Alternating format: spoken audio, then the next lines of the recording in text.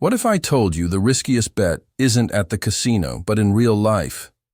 Imagine being a successful lawyer, walking out of court, and suddenly the police gamble with your freedom. They handcuff you, humiliate you, only to discover you're not just innocent. You're the last person they should have arrested. Wait, you've got the wrong guy. That was the desperate cry of a well-dressed man standing on the sidewalk of a busy city street. His name, Marcus Williams, a respected lawyer, admired in his community, and someone who had spent years fighting for justice inside the courtroom. But on this day, justice seemed to vanish in an instant. Two police officers rushed toward Marcus, accusing him of fitting the description of a robbery suspect. Marcus, in disbelief, tried to calmly explain, "I'm a lawyer. I was just leaving the courthouse. You can check my ID." But the officers didn't listen. Within seconds, Marcus was handcuffed in front of dozens of onlookers.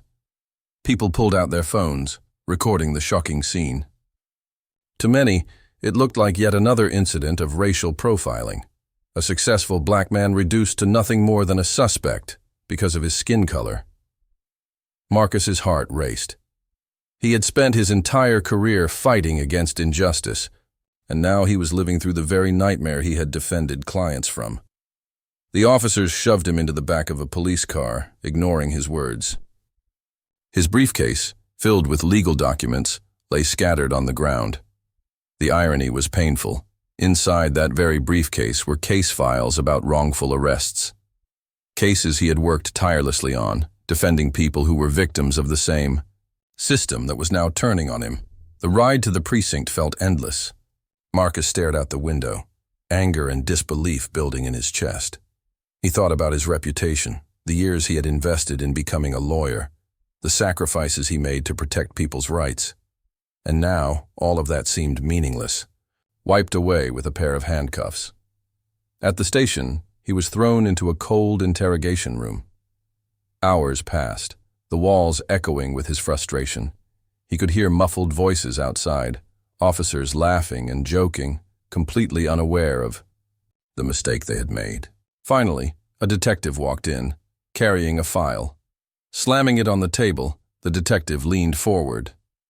"You were seen near the robbery scene. Witnesses identified you. So tell me, why'd you do it?" Marcus locked eyes with him. "Detective, listen carefully. I'm attorney Marcus Williams. I just finished a case at the downtown courthouse. If you check my ID, my bar license, or even call the courthouse, you'll see exactly who I am." The detective smirked, unconvinced. "That's a good story, but we've heard plenty of lies in this room." But Marcus didn't flinch. "Check. My briefcase. My name is on every file inside, and if that's not enough, search my name online." Annoyed, the detective left the room. Outside, whispers spread through the precinct. An officer pulled out his phone, typed in Marcus's name, and what popped up left them stunned. News articles about his high-profile cases, interviews he had given on TV, his profile on the State Bar Association. Photos of him standing beside judges, shaking hands with clients. The mood shifted instantly. The officers realized they hadn't just arrested an ordinary man. They had arrested one of the city's most respected lawyers. The detective returned, his face pale. He fumbled with the cuffs, unlocking them quickly. "Sir, there's been a mistake. You're free to go." Marcus rubbed his wrists where the cuffs had dug into his skin. He didn't raise his voice, but his words cut deep. "A mistake? You humiliated me in public. You ignored my rights. You profiled me. Do you realize what could have happened if no one questioned this?" The room fell silent. Officers who once dismissed him now avoided his eyes. For the first time since the arrest, Marcus felt the balance of power shift back in his favor. The man they treated like a criminal was, in fact, someone who knew the law better than any of them. But Marcus wasn't done. Walking out of the station, he was greeted by reporters who had picked up the story. Video of his arrest had already gone viral online. Millions had watched in outrage as a respected black lawyer was dragged away in handcuffs. Standing before the cameras, Marcus spoke firmly. This isn't just about me. It's about every innocent person who doesn't have the chance to defend themselves. If this can happen to me, a licensed attorney, it can happen to anyone. His words spread far and wide. People rallied behind him. Civil rights groups demanded accountability. Protesters filled the streets, holding signs that read, "Justice for Marcus" and "End Racial Profiling." The police department scrambled to control the damage. They issued a public apology, promising an internal review and new training to prevent future incidents.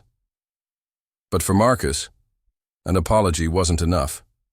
He filed a lawsuit, not just to clear his name, but to fight for lasting change. His case became a symbol, a reminder that justice isn't guaranteed, and that the fight against discrimination must continue. Marcus's wrongful arrest shocked the city, but it also awakened something powerful, a movement. And in the end, the lawyer who was once treated as a suspect walked away not as a victim, but as a voice for millions who deserved to be heard. At the precinct, Marcus sat in a cold, dim interrogation room. The walls were bare concrete, the air smelled faintly of bleach, and the chair he sat in wobbled with every movement. Hours dragged by, each minute feeling like an eternity.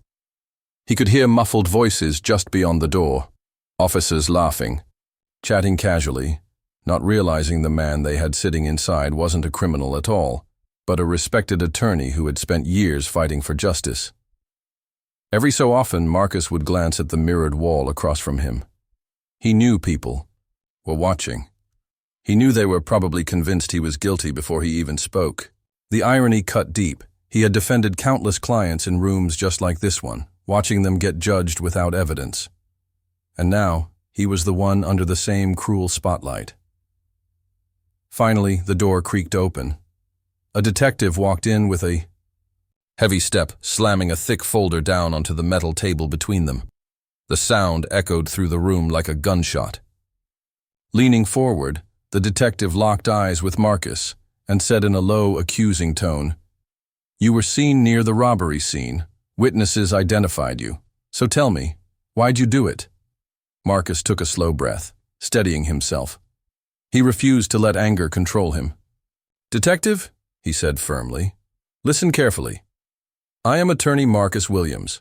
I just finished a case at the downtown courthouse this afternoon. If you check my ID and my bar license, you'll see exactly who I am." The detective smirked, clearly unimpressed. His eyes narrowed, filled with disbelief. To him, Marcus's calmness was just another trick, a suspect trying to outsmart the system. He leaned back in his chair and shook his head. But Marcus didn't waver. His voice grew sharper, more insistent. "Check the files in my briefcase. Every single one has my name and firm on it. Call the courthouse. I was there for hours today. Or better yet, Google my name. You'll see the truth in seconds." The detective's expression soured. He didn't like being challenged, especially by someone in cuffs. With an annoyed grunt, he pushed back his chair and stormed out of the room. The heavy door slammed shut behind him, leaving Marcus alone again in silence. Minutes later, the energy in the precinct began to shift. Whispers traveled quickly. An officer sitting at a computer typed Marcus's name into a search bar, and instantly, results filled the screen. There it was, his official profile on the State Bar Association. News articles detailing his high-profile cases. Photographs of him standing proudly beside judges, shaking hands with clients, even speaking on panels about civil rights. Shock rippled through the building. They hadn't just arrested a random man off the street. They had arrested one of the city's most respected defense lawyers, a man whose very career was built on holding the justice system accountable. When the detective finally returned, the arrogance in his stride was gone. His face had gone pale, his voice suddenly small. Without making eye contact, he fumbled with the handcuffs and muttered, "Sir, there's been a mistake." Marcus rubbed his sore wrists where the cuffs had dug into his skin. Slowly, he rose from his chair, staring directly into the detective's eyes. His voice was calm but carried the weight of thunder. "A mistake?" he repeated. You humiliated me in public. You ignored my words. You profiled me based on nothing but skin color. Do you realize the damage this could have caused? My reputation, my career, my safety. The entire room outside had gone silent. Officers who only hours before had laughed and dismissed him now avoided his gaze. No one dared meet his eyes because they all knew the truth. The man they treated like a criminal wasn't just innocent. He knew the law better than anyone in that building. In that moment, the balance of power had shifted. Marcus was no longer the suspect. He was the authority. His knowledge, his composure, his very presence filled the room with a tension the officers couldn't ignore. But Marcus wasn't satisfied with a quiet release. He wanted accountability. He wanted answers. "Tell me," he said firmly to the detective, "what would have happened if I wasn't a lawyer? What if I couldn't defend myself? Would you still call this a mistake?" The words hung in the air like a blade. No one spoke. No one dared. And for the first time since the ordeal began, Marcus felt the weight of the room shift entirely in his favor. This wasn't just about him anymore. This was about every person who had ever sat in that chair, silenced, profiled, and dismissed. And Marcus knew one thing with absolute certainty.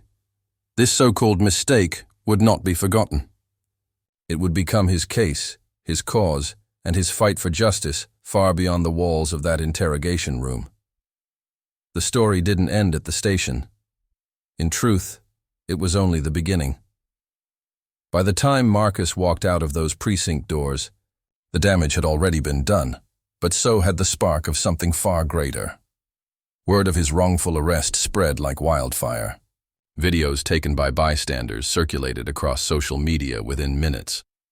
One clip showed Marcus, still in his tailored suit, being shoved into the back of a patrol car, pleading with the officers to check his identification.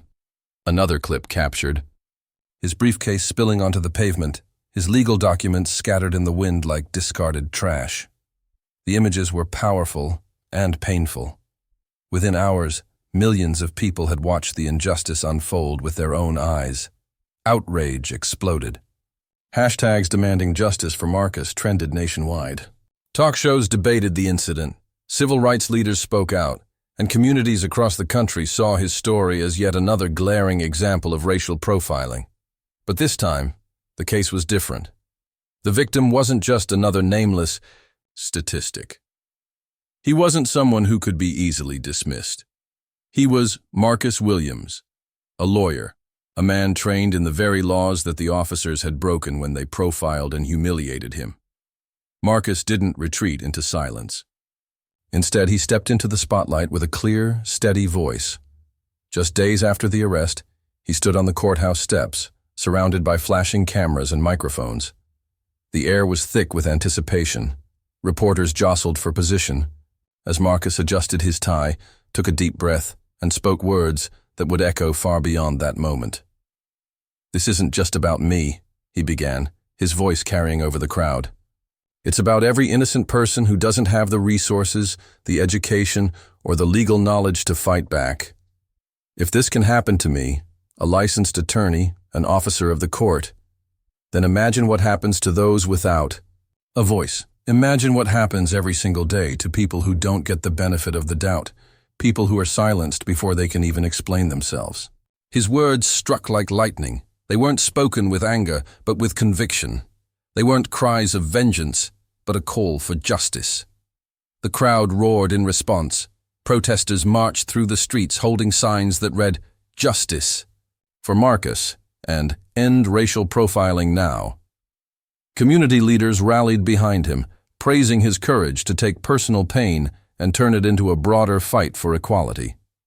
The police department, facing intense public pressure, scrambled to respond. Days later, the chief appeared on television, reading from a carefully prepared statement. The department admitted the arrest was a mistake, issuing a formal apology to Marcus. They promised new training programs focused on racial bias, accountability, and community trust. The officers involved were placed under review. But for many watching, the apology rang hollow. It was damage control, not justice. Marcus knew this, and for him, an apology was not enough. He wanted more than words. He wanted change. So he filed a civil rights lawsuit, determined to hold the system accountable. His legal challenge wasn't about revenge. It was about setting a precedent, about ensuring that no one else, lawyer or not, would be humiliated the way he had been. The case drew national attention. As hearings began, more people came forward with their own stories of wrongful arrests, profiling, and humiliation. Marcus's fight became bigger than himself. It became a mirror reflecting the brokenness of a system that too often punished the innocent. And through it all, what shocked people most wasn't just the wrongful arrest itself. It was the way Marcus handled it. He didn't lash out in rage. He didn't disappear into shame. Instead, he turned the incident into a rallying cry, a powerful reminder that fairness, equality, and accountability are not optional. They are the foundation of justice. Months later, Marcus walked once again, up the courthouse steps, not as a defendant, not as a victim, but as a leader. Cameras followed his every move. Supporters lined the sidewalks, cheering his name. To them, Marcus wasn't just a lawyer anymore. He was a symbol, proof that even in the face of injustice, dignity and truth could prevail. As he looked out over the crowd, he reflected on the painful irony of it all. The same handcuffs that once dug into his wrists had become the chains he broke, not just for himself, but for countless others. And so, the lawyer who was once wrongfully arrested didn't walk away defeated. He walked away stronger. Not as a man defined by humiliation, but as a voice for millions. Not as a victim of injustice, but as a leader in a growing movement for change. The police may have thought they were making an arrest that day. But in reality, they had unleashed something far more powerful, a fight for justice that could not be silenced. And that is how Marcus Williams, the lawyer who was once mistaken for a criminal, became the man who reminded the world that truth, dignity, and justice will always find a way to rise.